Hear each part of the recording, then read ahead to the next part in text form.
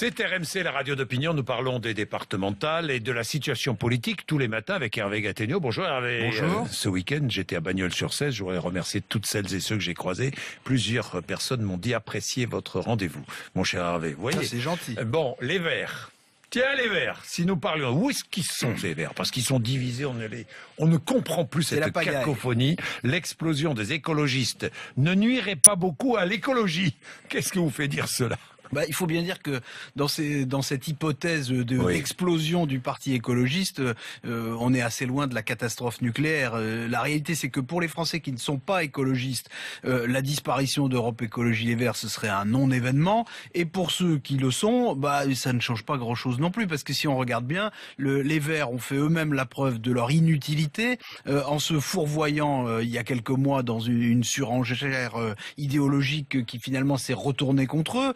Le fait est que depuis qu'ils ne sont plus au gouvernement, on ne voit pas bien la différence, pas plus sur les sujets écologiques que sur les autres. Et François Hollande, qui voudrait que les Verts y reviennent au gouvernement, il a déjà dit qu'il ne changerait pas de ligne politique avec ou sans eux. Donc autrement dit, si les Verts doivent exploser, c'est une explosion qui ne fera pas beaucoup de dégâts écologiques. Ceux qui militent pour le retour au gouvernement, notamment Jean-Vincent Placé et François de Rugy, défendent l'idée que les Verts ont intérêt à peser sur la ligne politique. Vous croyez qu'ils ont tort ? Ils pèseront rien du tout. Et ils le savent très bien. D'ailleurs, quand ils y étaient au gouvernement, ils n'ont rien réussi à imposer ni à empêcher. Ça, c'est vrai. Donc, ce qu'ils veulent éviter, c'est l'impression fâcheuse, qui serait fâcheuse en tout cas pour eux, qu'on peut faire de l'écologie sans les écologistes. Cela dit, la divergence actuelle au sein d'Europe Écologie Les Verts, elle n'oppose pas ceux qui veulent marchander avec les socialistes à ceux qui sont au-dessus de tout ça. La réalité, c'est qu'ils sont tous prêts à marchander avec les socialistes. C'est juste que Jean-Vincent Placé, François de Rugy et les autres, ils négocient des ministères, ils sont prêts à devenir secrétaire d'État au vélo électrique, il n'y a aucun problème.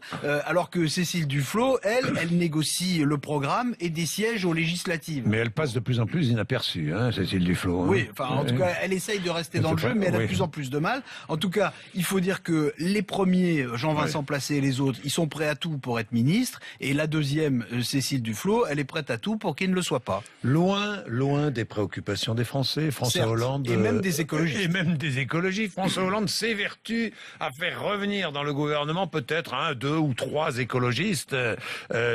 Ça doit vouloir dire que pour lui, ils sont utiles. Je crois que François Hollande ne pense pas que les Verts sont utiles, il pense qu'il peut s'en servir.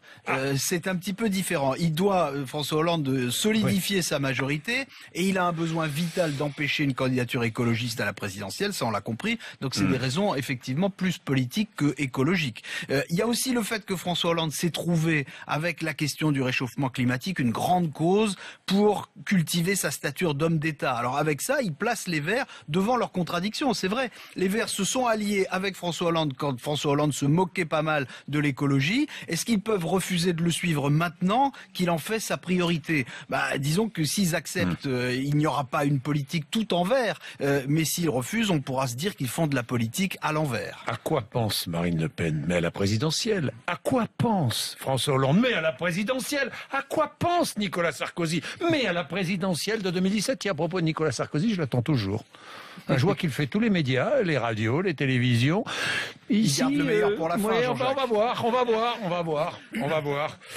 Aux élections départementales, Europe Écologie Les Verts est plus souvent allié avec le Front de Gauche qu'avec le PS. Est-ce que ce n'est pas le signe d'une recomposition, comme l'espère Cécile Duflot? Je crois que c'est surtout le risque d'une marginalisation. Ça ne traduit aucune stratégie lisible. Les Verts sont effectivement soit avec le Front de Gauche, soit tout seuls, soit avec les socialistes.